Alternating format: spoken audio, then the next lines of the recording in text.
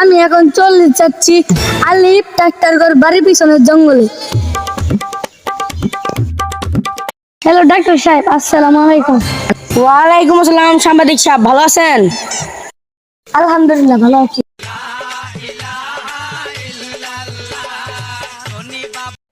আপনি একটা রোগীকে চিকিৎসা করতে কত টাকা নেন? খুবই অল্প টাকা নেই। ডাক্তার ভাই, আমি পায়ে দুঃখ পাইছি, আমার কয় টাকা নেবে?